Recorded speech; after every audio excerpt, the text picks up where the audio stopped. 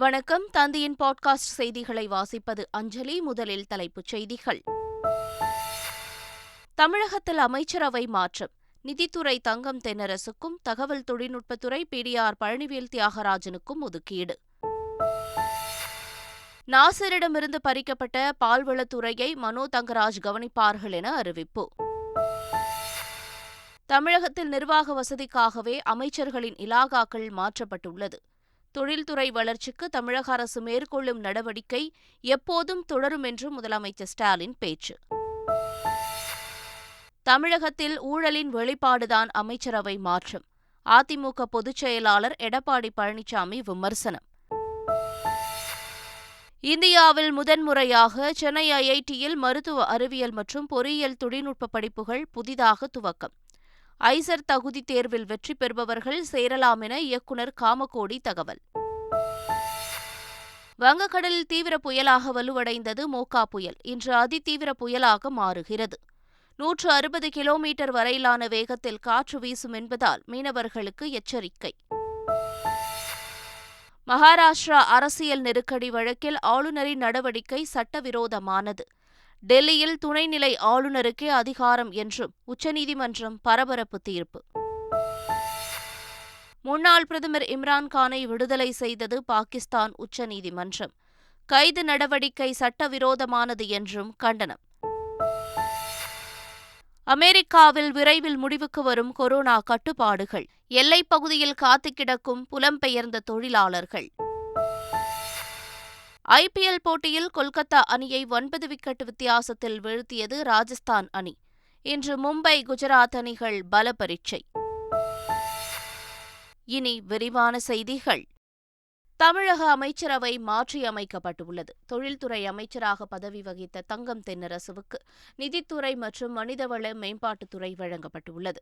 நிதித்துறை அமைச்சராக இருந்த PDR பழனிவேல் தியாகராஜனுக்கு தகவல் தொழில்நுட்பம் மற்றும் டிஜிட்டல் சேவைகள் துறை ஒதுக்கப்பட்டுள்ளது. தகவல் தொழில்நுட்பத்துறையை வகித்து வந்த அமைச்சர் மனோ தங்கராஜுக்கு பால்வளத்துறை வழங்கப்பட்டுள்ளது. புதிதாக பதவியேற்ற அமைச்சர் TRB ராஜாவுக்கு தொழில்துறை ஒதுக்கப்பட்டுள்ளது. அமைச்சர் சாமிநாதனுக்கு கூடுதலாக தமிழ் வளர்ச்சித்துறை ஒதுக்கப்பட்டுள்ளது. தமிழகத்தின் புதிய அமைச்சராக TRB ராஜாவுக்கு ஆளுநர் RN ரவி பதவி பிரமாணமும் ரகசிய காப்பு உறுதிமொழியும் செய்து வைத்தார்.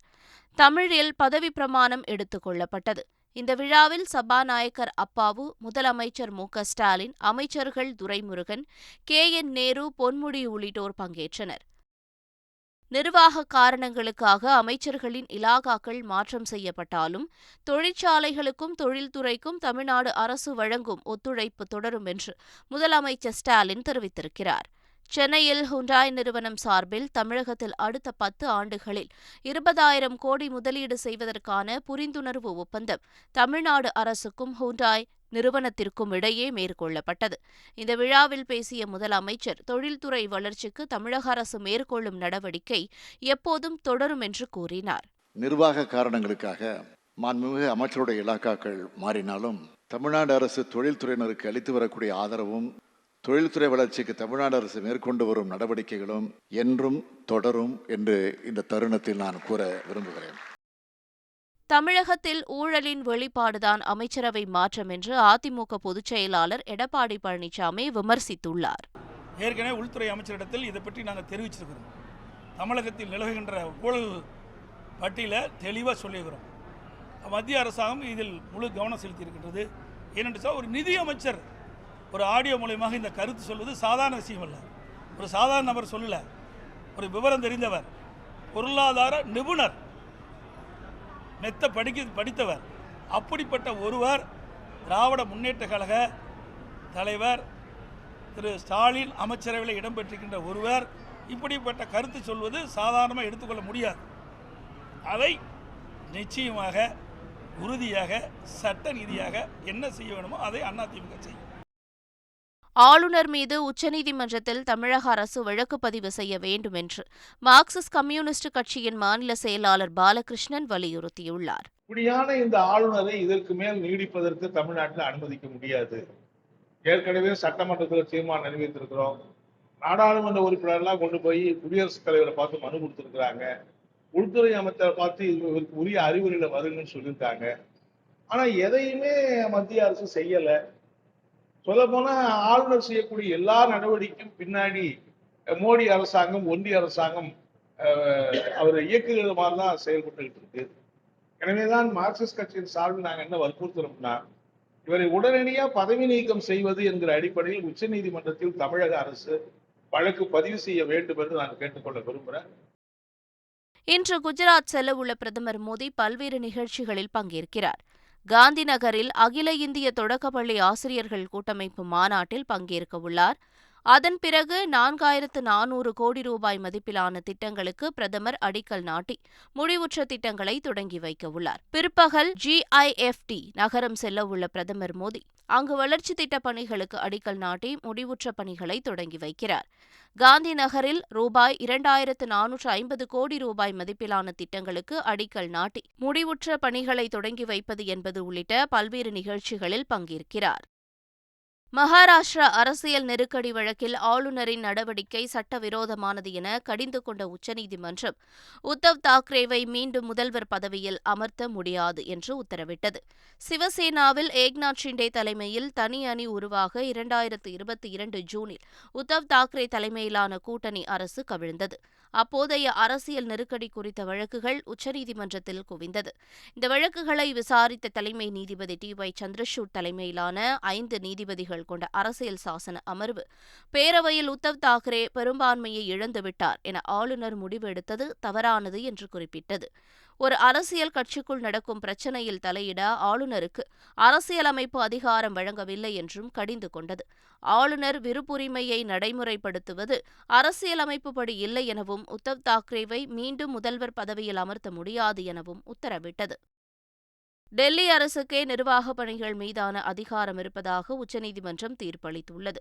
டெல்லியில் நிர்வாகப் பணிகள் மீதான அதிகாரம் டெல்லி அரசுக்கா மத்திய அரசுக்கா என நிலவும் விவகாரம் தொடர்புடைய மனுக்கள் மீதான விசாரணை உச்சநீதிமன்ற தலைமை நீதிபதி சந்திரசூட் தலைமையிலான அமர்வு முன்பு நடைபெற்று வந்தது. வழக்கில் தீர்ப்பளித்த உச்சநீதிமன்றம் மக்களாட்சியில் உண்மையான நிர்வாக அதிகாரம் தேர்ந்தெடுக்கப்பட்ட அரசாங்கத்திடம்தான் உள்ளது என்று குறிப்பிட்டுள்ளது. துறைகள் தொடர்பாக டெல்லி அமைச்சரவையின் ஆலோசனைக்கும் முடிவுக்கும் துணைநிலை ஆளுநர் ஒத்துழைக்க வேண்டும் என்றும் தெரிவித்துள்ளது. ஜனநாயக ரீதியாக தேர்ந்தெடுக்கப்பட்ட அரசுக்கு அதன் அதிகாரிகளை கட்டுப்படுத்தும் அதிகாரத்தை வழங்காவிட்டால் கூட்டு பொறுப்பு நீர்த்துப் போய்விடும் என்றும் உச்சநீதிமன்றம் தெரிவித்துள்ளது. இதனிடையே டெல்லியில் மக்களால் தேர்வு செய்யப்பட்ட அரசுக்கே அதிகாரம் என உச்சநீதிமன்றம் உத்தரவிட்டிருப்பதை வரவேற்றிருக்கும் அரவிந்த் கெஜ்ரிவால் ஜனநாயகம் வென்றதாக குறிப்பிட்டுள்ளார். ராஜஸ்தான் அரசு ஊழலுக்கு எதிரான நடவடிக்கையை எடுக்க கோரி அக்கட்சியைச் சேர்ந்த சச்சின் பைலட் பாத யாத்திரை மேற்கொண்டுள்ளார். அஜ்மீர் முதல் ஜெய்ப்பூர் வரை சச்சின் பைலட் பயணம் மேற்கொள்ள இருக்கிறார். சச்சின் பைலட்டின் இந்த யாத்திரையில் ஏராளமான தொண்டர்கள் தேசிய கொடியை ஏந்தியவாறு அவருடன் பயணித்து வருகிறார்கள். அசோக் கெலாட் முந்தைய பாஜக ஆட்சி மீதான ஊழல் புகார்களை விசாரித்தே ஆக வேண்டும் என்று சச்சின் பைலட் போர்க்கொடி தூக்கியுள்ளார். 2024 நாடாளுமன்ற தேர்தலில் 3வது அணி சாத்தியமில்லை என்று ஒடிசா முதல்வர் நவீன் பட்நாயக் தெரிவித்துள்ளார். பிரதமர் நரேந்திர மோடியை ஒடிசா முதல்வர் நவீன் பட்நாயக் டெல்லியில் சந்தித்து பேசினார். பின்னர் செய்தியாளர்களிடம் பேசிய நவீன் பட்நாயக் மாநில நலன்கள் தொடர்பான பல்வேறு விஷயங்கள் குறித்து பிரதமருடன் விவாதிக்க கூறினார். குறிப்பாக பூரி சர்வதேச விமான நிலையம் தொடர்பான கோரிக்கைகளை முன்வைத்ததாகவும் புவனேஸ்வரில் விமான போக்குவரத்து நெரிசல் ஏற்பட்டுள்ளதால் பூரியில் ஸ்ரீ ஜெகந்நாத் விமான நிலையம் கட்டுவது குறித்து பிரதமருடன் ஆலோசித்ததாக முதல்வர் கூறினார். 3வது அணி உருவாக வாய்ப்பு இல்லை என தாம் உணர்வதாக ஒடிசா முதல்வர் நவீன் பட்நாயக் தெரிவித்துள்ளார். மருத்துவ அறிவியல் மற்றும் பொறியியல் தொழில்நுட்பம் என்ற புதிய பட்டப்படிப்பு இந்திய அளவில் முதன்முறையாக சென்னை IITயில் துவங்கப்பட்டுள்ளது. ஐசர் தகுதி தேர்வில் வெற்றி பெறுபவர்கள் சேரலாம் என IIT இயக்குநர் காமக்கோடி தெரிவித்துள்ளார். IIT வரலாற்றில் ஒரு ரொம்ப முக்கியமான தினம். இன்ஜினியரிங்கையும் மெடிசனையும் சேர்க்கறதுக்காக ஒரு பெரிய எஃபர்ட் நாங்கள் எடுத்திருக்கோம். யங் மாணவர்கள் இன்னைக்கு நாங்கள் மெடிசன் போகணுன்னு நிறையா பேருக்கு ஆசை இருக்குது. அதே மெடிசனை ஒரு இன்ஜினியரிங் கண்ணோட்டத்தோடு நீங்கள் படிக்கிறதுக்கு இது ஒரு பெரிய ஆப்பர்ச்சுனிட்டியாக நாங்கள் இப்போ கொடுக்குறோம். இப்போ இதில் 2 ப்ரோக்ராம் நாங்கள் இன்ட்ரடியூஸ் பண்ணுறோம். BS bachelor of science in medical sciences and engineering. இதுக்கு ஐசர் ஆப்டிடியூட் டெஸ்ட்டில் ஃபிசிக்ஸ், கெமிஸ்ட்ரி, மேத்தமேட்டிக்ஸ், பயாலஜி 4 இருக்குது. நீங்கள் அந்த டெஸ்ட்டை முடித்தவங்க இந்த ப்ரோக்ராமில் ஜாயின் பண்ணலாம். இப்போ கம்ப்யூட்டர் சயின்ஸ், ஏஐ, எம்எல் அதெல்லாம் எவ்வளோ பெருசாக இருக்கோ அதே மாதிரி இந்த மெடிக்கல் சயின்சஸ் அண்ட் இன்ஜினியரிங் ரொம்ப ரொம்ப இம்பார்ட்டன்ட் சப்ஜெக்டாக ஆயின் வந்துருக்கு. இன்னும் ஒரு 2-3 வருஷத்தில் இது அடுத்த கம்ப்யூட்டர் சயின்ஸுக்கு ரீப்ளேஸ்மெண்ட்டாக இந்த மெடிக்கல் சயின்ஸ் இருக்குங்கிறதுல எங்களுக்கு எந்த விதமான சந்தேகமும் இல்லை. மோகா புயல் எதிரொலியாக மீனவர்கள் வங்காள விரிகுடா மற்றும் தெற்கு அந்தமான் கடலுக்குள் செல்ல வேண்டாம் என தமிழ்நாடு அரசு சார்பில் அறிவுறுத்தப்பட்டுள்ளது. இதுகுறித்து பேரிடர் மேலாண்மைத்துறை அமைச்சர் KKSSR ராமச்சந்திரன் வெளியிட்ட அறிக்கையில், மோகா என்ற புயல் அதிதீவிர புயலாக உருவெடுத்து மத்திய வங்கக்கடல் பகுதியினை கடந்து வரும் 13, 14 ஆகிய தேதிகளில் வலுவிழந்து கரையை கடக்கும் என வானிலை ஆய்வு மையம் கூறியதை சுட்டிக்காட்டியுள்ளார். எனவே அடுத்த 3 நாட்களுக்கு மீனவர்கள் மற்றும் பயணிகள் தெற்கு அந்தமான் கடலுக்கு செல்ல வேண்டாம் என்று அறிவுறுத்தப்பட்டுள்ளனர். ஏற்கனவே கடலுக்கு சென்ற மீன்பிடி படகுகள் விரைவாக கரைக்கு திரும்புமாறு அறிவுறுத்தப்பட்டுள்ளது. தமிழகத்தின் தென்கிழக்கு வங்கக்கடல் மற்றும் தெற்கு அந்தமான் கடலோர பகுதியில் உருவாகியுள்ள மோகா புயல் வரும் 14ஆம் தேதி வங்கதேசம் கடற்கரை அருகே கரையை கடக்கும் என இந்திய வானிலை ஆய்வு மையம் தெரிவித்துள்ளது. இதையடுத்து மறு உத்தரவு வரும் வரை நாட்டுப்படகு மீனவர்கள் கடலுக்கு செல்ல வேண்டாம் என்று மீன்வளத்துறை அறிவித்துள்ளது. இம்ரான்கான் கைது சட்டவிரோதமானது என்றும் உடனடியாக விடுதலை செய்யவும் உச்சநீதிமன்றம் உத்தரவிட்டுள்ளது. வழக்கு ஒன்றில் ஆஜராக வந்த பாகிஸ்தான் முன்னாள் பிரதமர் இம்ரான்கானை இஸ்லாமாபாத் உயர்நீதிமன்ற வளாகத்தில் துணை ராணுவ படையினர் சுற்றி வளைத்து கைது செய்தனர். இம்ரான்கானை கைது செய்த விதம் சர்ச்சைக்குள்ளாகியது. இதுகுறித்து இஸ்லாமாபாத் உயர்நீதிமன்றம் விசாரணை நடத்தி கண்டனத்தை பதிவு செய்தது. இதற்கிடையே நீதிமன்ற வளாகத்தில் இம்ரான்கான் கைது செய்யப்பட்டதை எதிர்த்து அவரது வழக்கறிஞர்கள் சார்பில் உச்சநீதிமன்றத்தில் மேல்முறையீடு செய்யப்பட்டது. இந்த வழக்கை விசாரித்த உச்சநீதிமன்றம் இம்ரான்கான் கைது செய்யப்பட்டது சட்டவிரோதம் என கண்டனம் தெரிவித்தது. மேலும் அவரை விடுதலை செய்யவும் உத்தரவிட்டது. அமெரிக்காவில் கொரோனா கட்டுப்பாடுகள் விரைவில் முடிவுக்கு வர உள்ளதால் எல்லைப் பகுதியில் புலம்பெயர்ந்த தொழிலாளர்கள் காத்து கிடக்கின்றனர். கொரோனா தடுப்பு நடவடிக்கையாக அமெரிக்கா பல்வேறு நடவடிக்கைகளை மேற்கொண்டது. இந்த நிலையில் 3 ஆண்டுகளாக தஞ்சம் கோரிய விண்ணப்பங்களை தடுக்கும் டைட்டில் 42 எனப்படும் கொரோனா கட்டுப்பாடு கொள்கையை விதித்தது. இதனால் பல்வேறு தொழிலாளர்கள் பாதிக்கப்பட்டனர். இது நிறைவடைய உள்ளதால் மெக்சிகோ நகரின் டிஜுவானா எல்லையில் புலம்பெயர்ந்தோர் குவிந்துள்ளனர். தற்காலிக கூடாரங்கள் அமைத்து தங்கி அமெரிக்காவிற்குள் நுழைய காத்துக் கொண்டிருக்கின்றனர். இதனால் டிஜுவானா எல்லைப் பகுதியில் போலீசார் குவிக்கப்பட்டுள்ளனர். இஸ்ரேலில் ராக்கெட் தாக்குதல் நடத்தியதால் காசா தளபதிகள் 2 பேரை இஸ்ரேல் கொலை செய்தது. இஸ்ரேலுக்கும் பாலஸ்தீனத்திற்கும் இடையே பல ஆண்டுகளாக மோதல் போக்கு நிலவி வருகிறது. பாலஸ்தீனம் காசா முனை மற்றும் மேற்கு கரை என 2 பகுதிகளாக உள்ளது. காசா முனை பகுதியை ஹமாஸ் அமைப்பு நிர்வகித்து வருகிறது. அந்த அமைப்பை இஸ்ரேல் பயங்கரவாத அமைப்பாக கருதுகிறது. இந்த நிலையில் பாலஸ்தீனிய எல்லை தாண்டிய காசா ராக்கெட் இஸ்ரேலில் வியாழக்கிழமை அன்று முதல் மரணத்தை ஏற்படுத்தியது. இதில் பெண்கள் மற்றும் குழந்தைகள் உட்பட 28 பேர் உயிரிழந்தனர். இதற்கு பதிலடி கொடுக்கும் வகையில் மூத்த இஸ்லாமிய ஜிஹாத் தளபதிகளை இஸ்ரேல் கொலை செய்தது. IPL தொடரின் 56வது லீக் போட்டியில் கொல்கத்தாவை 9 விக்கெட்டுகள் வித்தியாசத்தில் ராஜஸ்தான் வீழ்த்தியது. கொல்கத்தாவில் நடைபெற்ற போட்டியில் முதலில் பேட் செய்த கொல்கத்தா 20 ஓவர்களில் 8 விக்கெட்டுகள் இழப்பிற்கு 149 ரன்கள் எடுத்தது. ராஜஸ்தான் வீரர் யுவேந்திர சாகல் அபாரமாக பந்து வீசி 4 விக்கெட்டுகளை சாய்த்தார். அடுத்து விளையாடிய ராஜஸ்தான் 13.1 ஓவர்களிலேயே 1 விக்கெட் மட்டும் இழந்து வெற்றி இலக்கை எட்டியது. அதிரடியாக விளையாடிய ராஜஸ்தான் வீரர் யசஸ்வி ஜெய்ஸ்வால் 98 ரன்கள் எடுத்து ஆட்டமிழக்காமல் இருந்தார். IPL தொடரில் இன்று நடைபெறும் 57வது லீக் போட்டியில் மும்பை குஜராத் அணிகள் மோதுகின்றன. மும்பை வான்கடை மைதானத்தில் இரவு 7:30 மணிக்கு போட்டி நடைபெறவுள்ளது. இதில் வெற்றி பெற்றால் முதல் அணியாக குஜராத் பிளே ஆஃப் சுற்றை உறுதி செய்யும் என்பது குறிப்பிடத்தக்கது. மீண்டும் தலைப்புச் செய்திகள். தமிழகத்தில் அமைச்சரவை மாற்றம். நிதித்துறை தங்கம் தென்னரசுக்கும் தகவல் தொழில்நுட்பத்துறை PDR பழனிவேல் தியாகராஜனுக்கும் ஒதுக்கீடு. நாசரிடமிருந்து பறிக்கப்பட்ட பால்வளத்துறையை மனோ தங்கராஜ் கவனிப்பார்கள் என அறிவிப்பு. தமிழகத்தில் நிர்வாக வசதிக்காகவே அமைச்சர்களின் இலாகாக்கள் மாற்றப்பட்டுள்ளது. தொழில்துறை வளர்ச்சிக்கு தமிழக அரசு மேற்கொள்ளும் நடவடிக்கை எப்போதும் தொடரும் என்று முதலமைச்சர் ஸ்டாலின் பேச்சு. தமிழகத்தில் ஊழலின் வெளிப்பாடுதான் அமைச்சரவை மாற்றம். அதிமுக பொதுச் செயலாளர் எடப்பாடி பழனிசாமி விமர்சனம்.